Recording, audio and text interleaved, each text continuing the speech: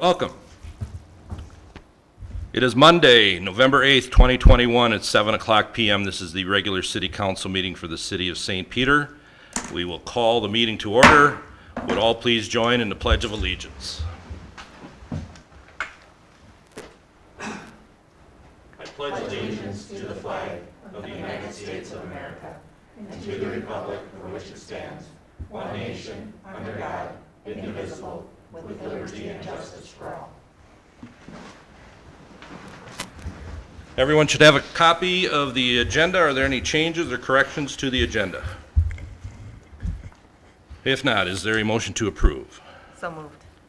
Second. All in favor of the agenda as presented, please signify by saying aye. Aye. Opposed? Agenda is approved. Next, we have the minutes from our October 25th, 2021 meeting. Those minutes appear at pages 6 through 9. Are there any changes or corrections to those minutes? If not, is there a motion to approve? So moved. Second. All in favor of the minutes as written, please signify by saying aye. Aye. Opposed? Minutes are approved. First up tonight, we have a couple of public hearings.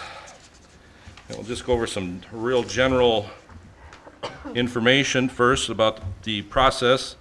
First, we will have a staff presentation, and we will have an applicant's presentation, which in this case is the staff, and then if there is any public comment, we will go to that point. So with that, we will call to order at 7:02 p.m. on Monday, November 8th, 2021, the public hearing for the assessment of unpaid utility charges. Sally. Mr. Mayor and City Council, we're here tonight for a public hearing, and on October 15th, we sent letters to all of the property owners with delinquent utilities as of May 31st, 2021. There's a memo in the packet on pages 27 and 28. The total amount of past due as of May 31st, 2021 is $18,555.47, of which $13,752.39 is accessible to property owners, and there's a non-assessable portion of $4,803.08 for utility bills that are for electricity for tenants, balances below $10, bankruptcies, and/or death. So we sent letters, as I said, out on October 14th to the property owners, and we have one property owner that has asked me to read a letter. Otherwise, I have had no other questions on that. So at this time, do you want me to read the letter, or? Yeah, why don't you do it now, since Okay. make it part of the public hearing. Okay, so I received this letter this afternoon about 3:30. It's dated November 8th, 2021, and it says, St. Peter City Council and Finance Department. Thank you for the assessment letter regarding my property at 424 North 5th Street. And thank you for considering my letter at the November 8th, 2021 meeting. I am a hospice nurse and resident here, not a professional landlord. I started renting out my old house as a way to hopefully provide a blessing of affordable housing to a family in this community. My last renters, Deanna Sullivan family, were hit hard by COVID. They broke their lease and left me with several months of rent unpaid and other bills. I have texted her, and they are living in Mexico with no forwarding address and no intention of helping me with any of the finances. Any grace you can provide me in regards to the assessment is appreciated. I respectfully await the formal assessment resolution and will do my best to take care of it promptly. Jenny Severinson, 424 North 5th, St. Peter, Minnesota. Okay. And that assessment due was $568.81. The total was $993.75. The electric portion, which will be written off to bad debt, is $424.94. Okay. And that's all I have. All right. So we're going to take the letter that you wrote as the part of the public input, public comment. Is there anyone else that would like to speak to the council on the public hearing concerning the assessment of unpaid utility charges? Seeing no one, Sally, we will get to this when it comes up here a little bit, unless someone has a specific question right now. We can ask it, otherwise we can ask it here in a little bit when it comes up for a resolution. All right. With that, we will close the public hearing on Monday, November 8th, 2021 at 7:06 p.m. for the assessment of unpaid utility charges. Next up, we will call to order the public hearing for the assessment of unpaid miscellaneous charges. We will call that to order at 7:07 p.m. on Monday, November 8th, 2021. Sally. Mayor Zeman and City Council, we're here tonight to go through the city assessment to property of unpaid projects and special miscellaneous charges. The memo begins on page 32 and 33 of our packet. Assessments are for curb and gutter sidewalk projects, and we do have waivers signed by property owners approving the assessment for all but one project. Miscellaneous charges for lawn mowing, snow removal, frozen water meter at properties are also included on the property incurred as of August 11th, 2021.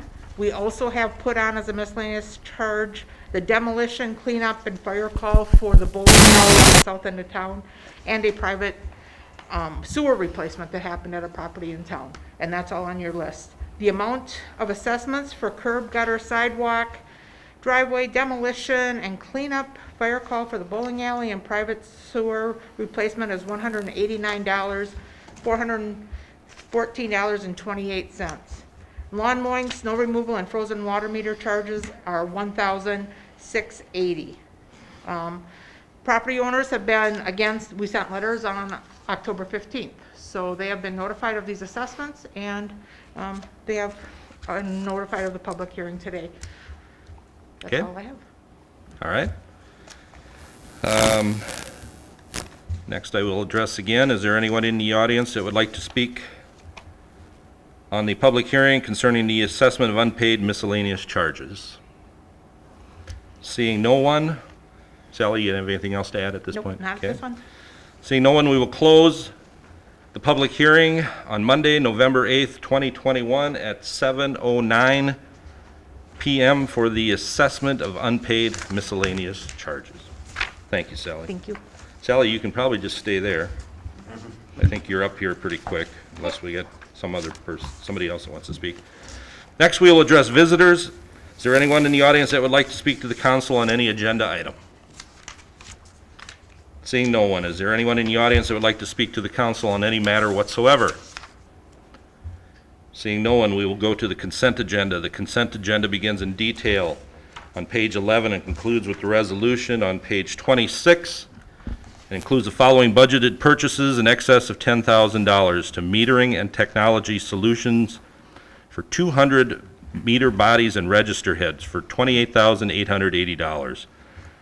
To Border State Electric Cooper for one 112.5 kilovolt and one 225 kilovolt three-phase pad-mounted transformer for $28,312.89. To Border States Electric Cooper for one 300K and one 500K phase pad-mounted transformers for $37,109.08.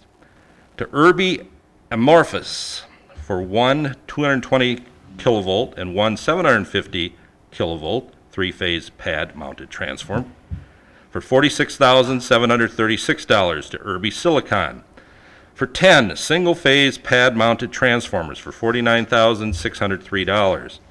To Border States Electric Cooper for 12 single-phase pad-mounted transformers for $49,149.13, plus the regular schedule of disbursements for October 21st, 2021 through November 3rd, 2021. Are there any questions, comments concerning the consent agenda?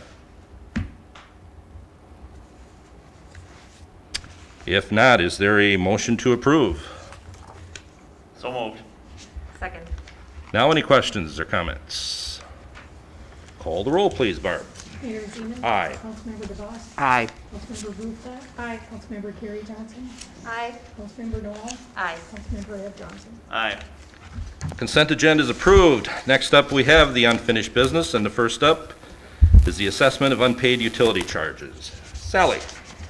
Again, Mayor Zeman, City Council, as we talked about in the public hearing, we're here for the approval of the resolution for the city to assess property owners for delinquent accounts as of May 31st, 2021. The memo is on pages 27 and 28. Total amount of past due as of May 31st, 2021 is $18,555.47, of which $13,752.39 is accessible to property owners.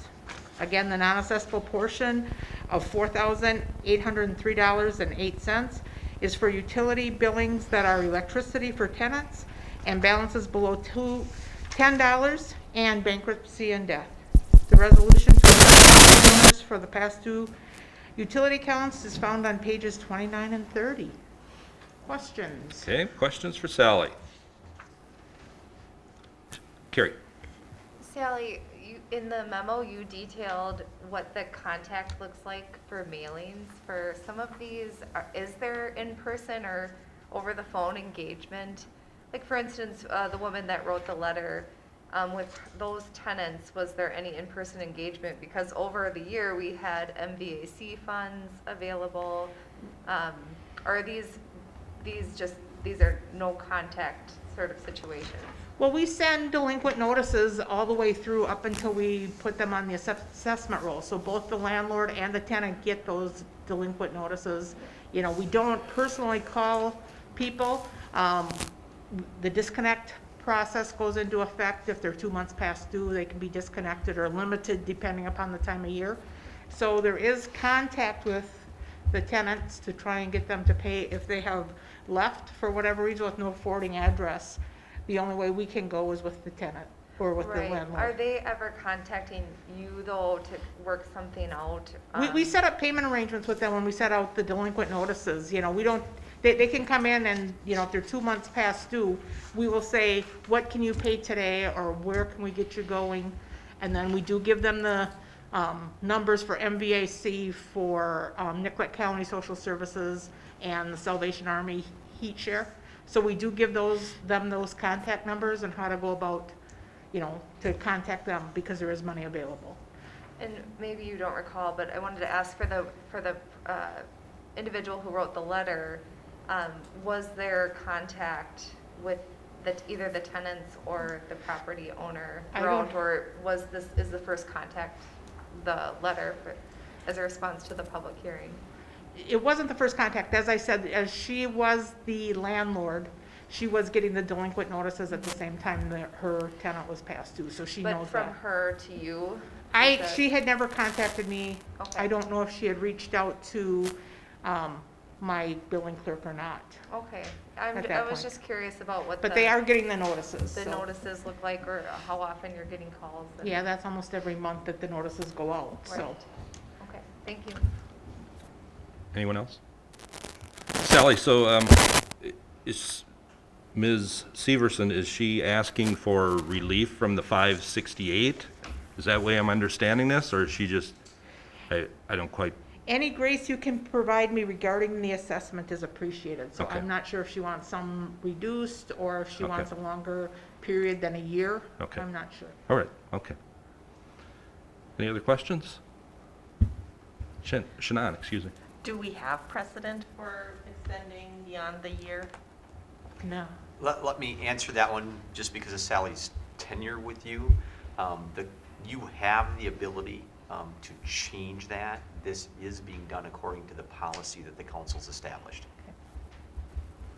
And just to add on to some of Sally's commentary, this year we provided additional inserts and information about the other resources that were available within those notices. And so we really encourage, it is not a benefit to the city to not try to work with people to get these resolved before they're assessed. And I think that's evident by the amount under your state statute that you write off related to electricity, specifically within those landlord-tenant situations. But if she came in and said, hey, I mean, it's $568, can I pay $50 a month or whatever, we would work with her in that situation. Yeah, I mean, it's not like we're saying you gotta have it all right at this Right. point. That's correct. Emily, I think, was first saying. The exact same Okay. question as Shannon. Sorry, Brad. Well, I'll just have to say, one of the best pieces of advice I got from rental properties was actually from the mayor when he told me, when he mentioned how he got the utilities in his name and then would charge his tenants. Unfortunately, I've been in Ms. Severson's position. I've been stuck with the utility bills. It is a risk you take. It is a risk you take when you have rental property. It's just you get the benefit of having you get the benefit of the rental income, but it's a risk you take. What I haven't heard from Sally is Ms. Severson offering a payment plan, which I assume Sally would have mentioned if that had been offered up. So at least at this point, I can empathize with her, but I would say, she does get the spread out over the next year, so it'll be 2 payments in the next year on her property taxes that she'll, so it's not, we're not demanding it up front even at this point, so. That's just my opinion, it's part of the rental, it's part of the business of being in rental properties, is accepting that risk. Okay, anyone else? Ed? So, I'm not a landlord, but as a landlord, are you guys eligible for any of that funding that you're, like, funding to help pay the electrical bills? Nope. Most of that's Just income the- eligible or Just the whatever. tenants would be Yep. eligible for that? The tenants Okay. would No. It's typically income-based. Okay, I was just checking, because I didn't know if she could apply for any monies. Yeah, it's gonna be difficult from that aspect of things, from what I know. Anyone else? Comments? Questions? If not, the resolution adopting assessments for unpaid charges for municipal utilities and writing off of bad debt utility charges appears on page 29 to 31 and includes exhibit number 1. Is there a motion for approval? So moved. Second. Any other questions or comments? Call the roll, please, Barb. Councilmember DeVos. Aye. Councilmember Bluestat. Aye. Councilmember Carrie Johnson. Aye. Councilmember Noel. Aye. Councilmember Ed Johnson. Aye. Mayor Zine. Aye. Resolution is approved. Next up, we have the assessments of unpaid miscellaneous charges. Sally? Mayor Zeman, City Council, again, we're here tonight to ask the approval of the resolution for city to assess to the property unpaid projects and miscellaneous charges. The memo again begins on page 32 and ends on page 33. The assessments are for curb, gutter, sidewalk projects, and we do have waivers signed by all the owners except for one.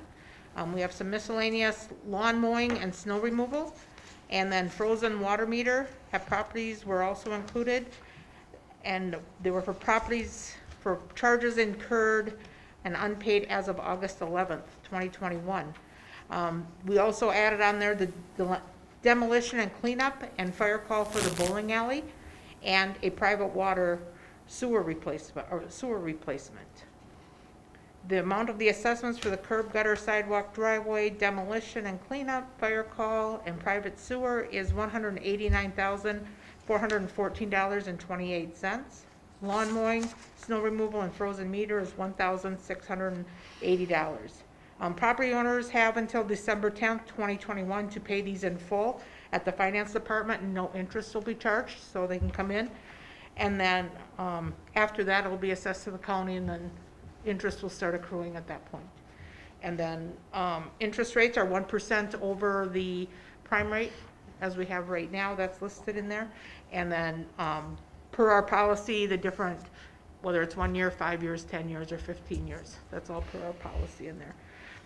The resolution to assess unpaid projects and miscellaneous charges is on pages 34 through 37. Questions? Questions, comments for Sally?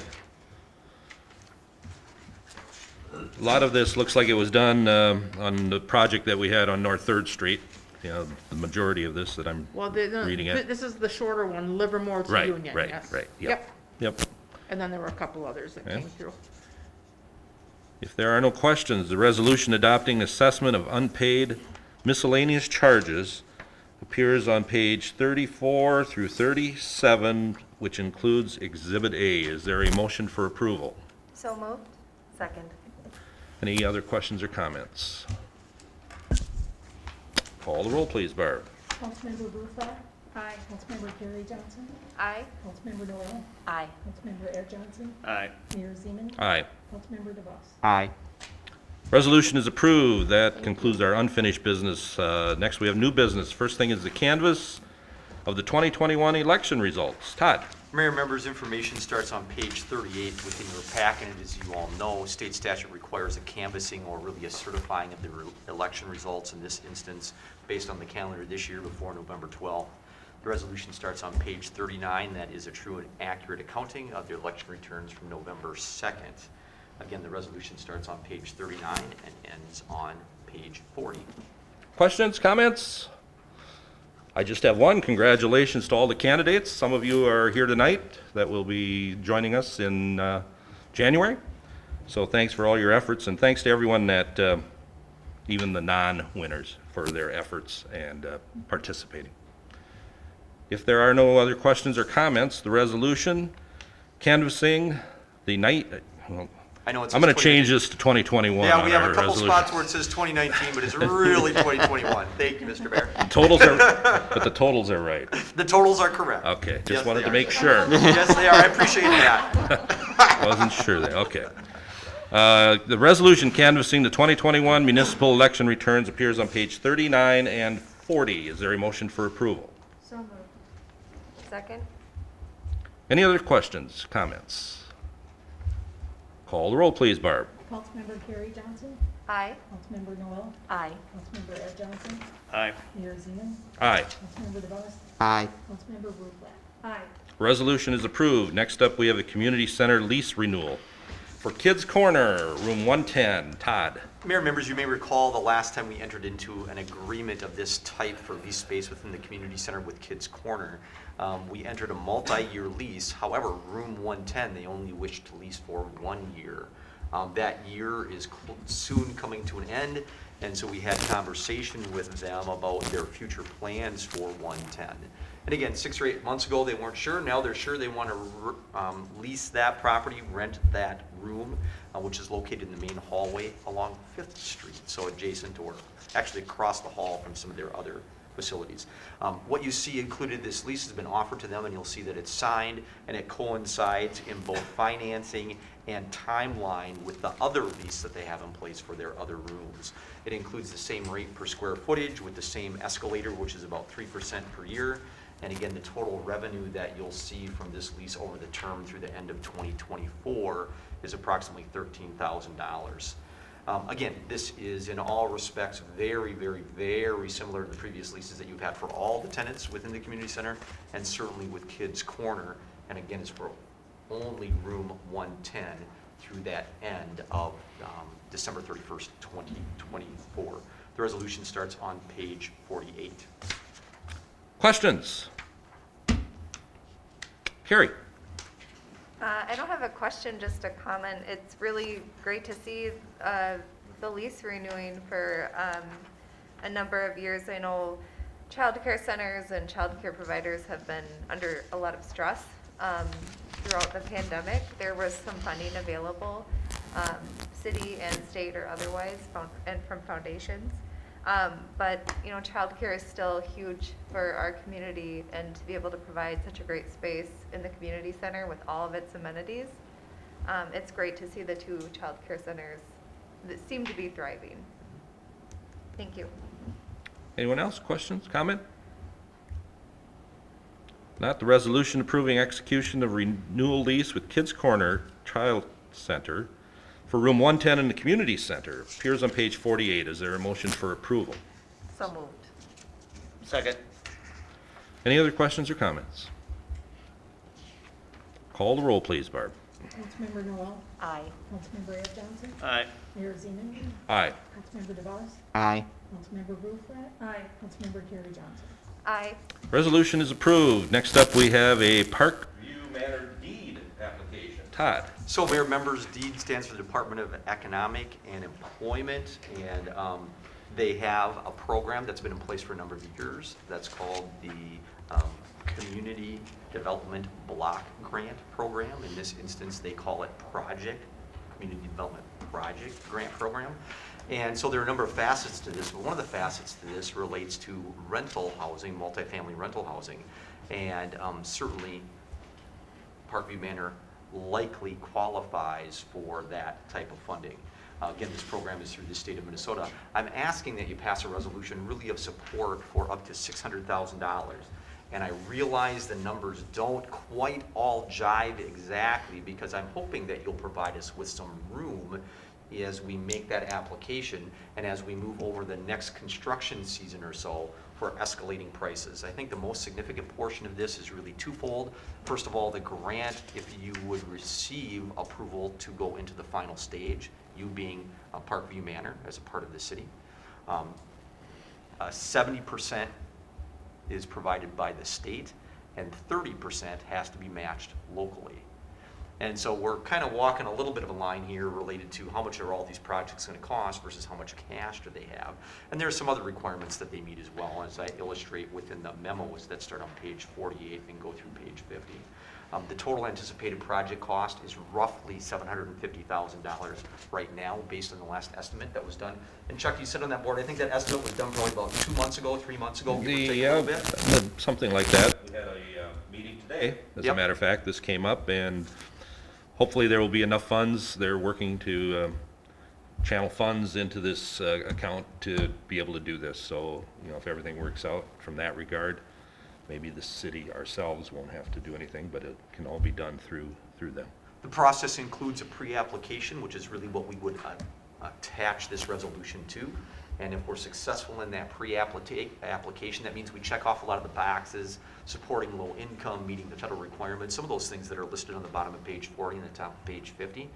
Then we'll be invited to provide a full application, which will require a lot more detail and information. From the Parkview Manor side, that's all available. The manager there, Michelle Connor, has done just a really excellent job in being ready for this. We've visited with their accountant and done some of the financial work, and so I'm very confident that they would have the resources to match a 750 slightly plus project to make that go, hopefully within the 22 construction season. I haven't mentioned this, but it's important for you to know what this is for. This is really for a replacement of roof and a number of mechanical items, most of which are on the roof, and most of those mechanical equipment pieces have been in place since the building was built, which is in the early 1970s. So it is time to do some of this work. Again, the goal of this resolution is that you are supporting the application as we send this in the pre-application, and then that has to be done by November 17th. It's due in DEED's hands by November 17th, and then we'll hope within the next month or so to hear whether we're invited to participate in the full application process, and of course we'll keep you in the loop. As I mentioned within the memo, this is really work that needs to be done at that facility that supports some of our lowest income seniors within the community. And so we have a couple of ideas that we continue to work on, but this is by far the most cost-efficient approach, since much of the dollars here would be grant dollars or cash from Parkview Manor itself. The resolution is included in your packet, and it's on page 51. One thing I want to add too, some of the HVAC things are in their capital plan, so some of that is allocated already too for some of these improvements that Todd was talking about. So from That makes up regard, part of the match, potentially. yes. Yep. And for those that don't know, there are 63 units in this facility, and they have been 100% occupied now for the better part of a year. Yeah. If they are, there has been a little break in that. It's just because of people moving in and out. But otherwise, it's been quite good. It really supports a critical need within our It community. does. It for really, sure. really does. Any questions? Emily? You said that the equipment on the roof is about from the 70s. Is the roof also that old? No, the roof was been redone about 25-ish years ago, and so there is some leaking, and if you haven't been in the facility, every once in a while, with COVID they haven't, but every once in a while there's an invitation that goes out to the council to participate or take a tour, and there's some skylights there, and that's been a little bit problematic with the membrane roof, and there's some other areas, so it definitely needs attention. It is certainly at or near its end of life cycle. It sounds like it. Well, and it Yeah. just sounds like this is a real need to maintain and keep this building in really good condition for our low-income seniors. So, thank you. Anyone else? Shana? Only to say, I'd be very interested in visiting the building with other members of the council, understanding people live there and we don't want to be intrusive, but it's important to see. It's part of what we have here this week. Pre-COVID, they would have events, and the council will be invited on occasion to those events, and then there was a tour offered, and so that's likely to move forward, but they've been, understandably so, based on the population that they serve, a little bit more restrictive in access and those kind of activities. Yeah. Okay. But we will not take you on the roof. Yeah. Oh. Anyone else? Questions, comments? Not the resolution supporting application for small cities development program funds by the St. Peter Housing Redevelopment Authority. Appears on page 51. Is there a motion for approval? So moved. Second? Any other questions or comments? Call the roll, please, Barb.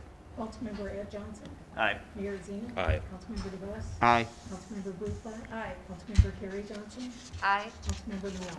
Aye. Resolution is approved. Next up, we have a soft drink license application. Todd? Mayor, members, this is on page 52. This is for Smolder Cigar Emporium, located on Nassau Street.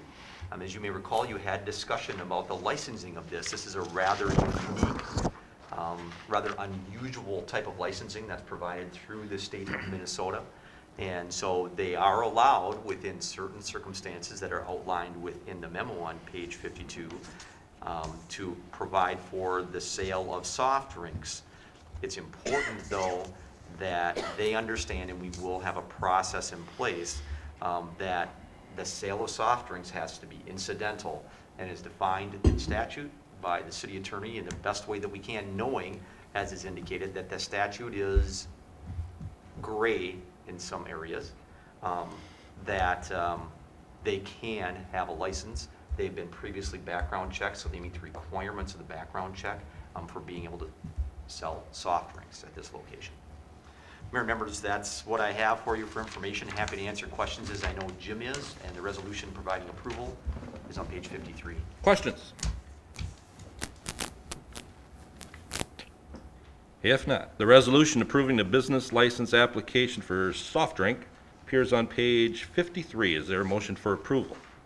So moved. Second. Any questions now? Call the roll, please, Barb. Mayor Zeman. Aye. Councilmember DeVos. Aye. Councilmember Bruflat. Aye. Councilmember Carrie Johnson. Aye. Councilmember Noel. Aye. Councilmember Ed Johnson. Aye. Resolution is approved. That concludes our new business. Next up, we have reports. The only thing, it's not really a report, it's something that came up at our last meeting on November, let's see here, whatever our last meeting was, the 25th, October 25th. And it was concerning the buildings we approved to be built.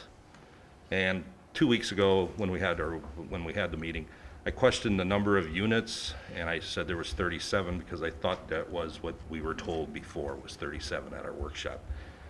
And our economic development director and the architect both confirmed there was 34.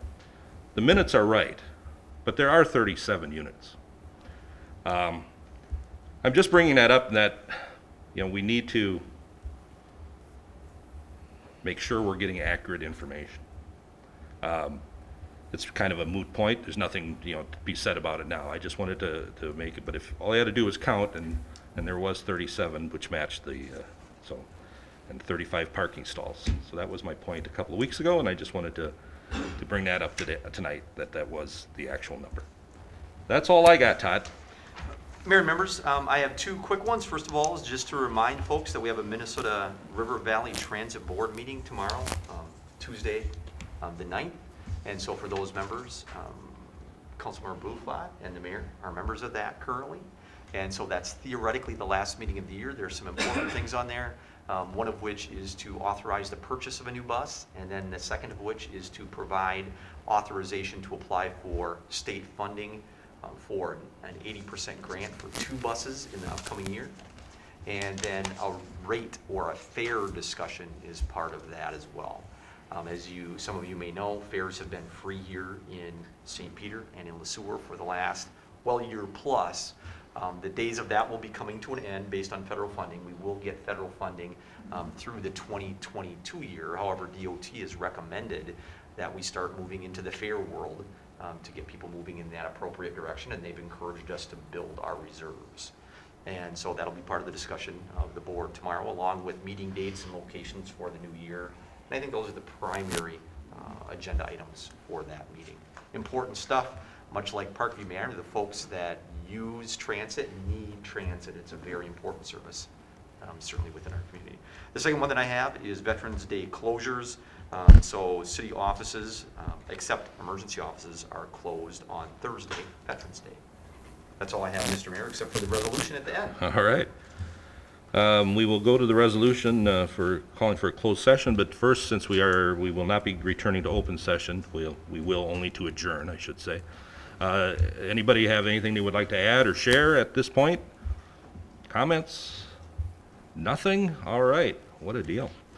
If there's no other comments, reports, we will go to the resolution calling for a closed session.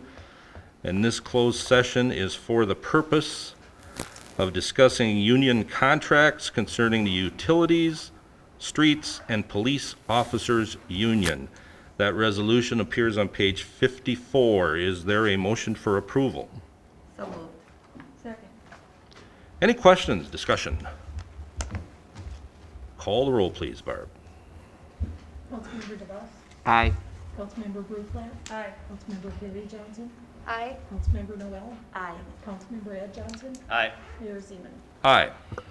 Resolution is approved. So what we will do, we will go to closed session, and the closed session will take place in the Traverse Dessous room, and once again for the purpose of the union utility, streets, and police negotiations. So with that, we will recess at 7:37 p.m. on Monday, November 8th, 2021. Thank you.